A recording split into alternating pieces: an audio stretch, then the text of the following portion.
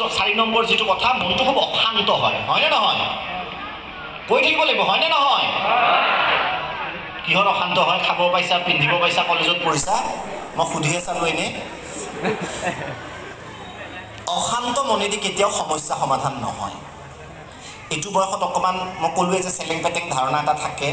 স্বাভাৱিক genetic changes হয় এটা বয়সত বুঝবা আমাৰ আৰু ইমান অশান্ত নহয় স্যাৰ আমাৰ হয়নে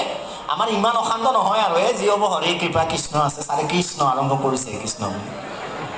গলে তোমালোকৰ অশান্ত হৈ থাকে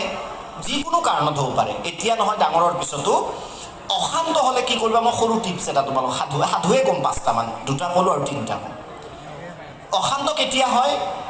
ধৰা অকমান নিজৰ জুখাৰে নম্বৰ পোৱা নাই যিমান পৰীক্ষা দিছিলা মনৰ জুখাৰে যেটো বিচাৰিছিলা সেইটো হোৱা নাই তেতিয়া আমাৰ মনটো কি হয়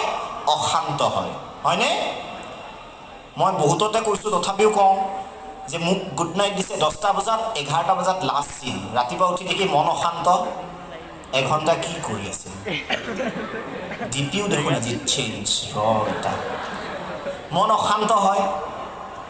এনেকুৱা বহু সমস্যা থাকে কেতিয়াবা মা দেউতাৰ অৱস্থা দেখি পৰিশ্ৰম দেখি মন অশান্ত হয় সেইটো নাহাহে এতিয়া দেখিছা মা দেউতাৰ মন দেখি কেতিয়াবা অশান্ত হয় হয়নে নহয় অশান্ত হলে কি কৰিবা এজন কৃষক আছিল কৃষকৰ এটা ধুনীয়া ঘড়ী আছিল এই ঘড়ীটো খুব মৰম কৰিছিল মানে খুব ভাল পাইছিল থাকে ন কিছুমান ইমোশনাল টাচ হয়তো কৃষক গৰাকীৰ কোনোবা এক্সে দিছিল এতিয়া এক্স হৈ গ'ল ঘড়ীটো থাকি গ'ল বুজি পাইছা গতিকে কৃষকে হয়তো মাজে মাজে গানো গায় ইয়াদে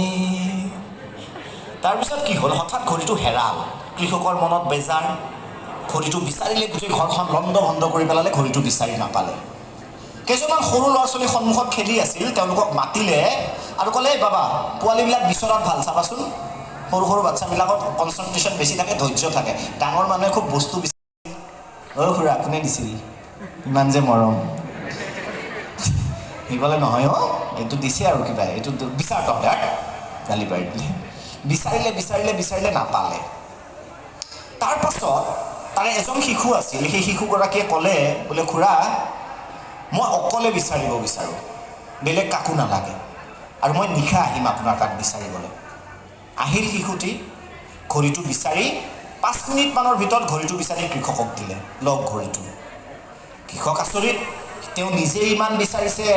বহুত ল'ৰা ছোৱালী একেলগে জাক পাতি বিচাৰিছে নাই হঠাৎ কেনেকৈ পালে ক'লে বাবা তুমি কেনেকৈ পালা ঘড়ীটো তুমি চুৰ কৰি থৈছিলা নেকি কৈছে নহয় খুৰা বোলে কেনেকৈ পালা তুমিতো চুৰ নকৰাৰ বাহিৰে বেলেগ উপায় নাই কৈছে নহয় খুৰা মই চুৰ কৰা নাই মই কি কৰিলোঁ জানে মই আপোনাৰ ৰুমত গৈ একদম শান্ত হৈ চকু মুদি শুনি আছোঁ ঘড়ীৰ কাটাৰ শব্দটো মোৰ কাণত পৰিছিল আৰু মই তেতিয়া গম পালোঁ ঘড়ীটো আলমাৰীৰ পিছফালে আছে তাৰমানে কি What is the moral of the story? Moral of the story is that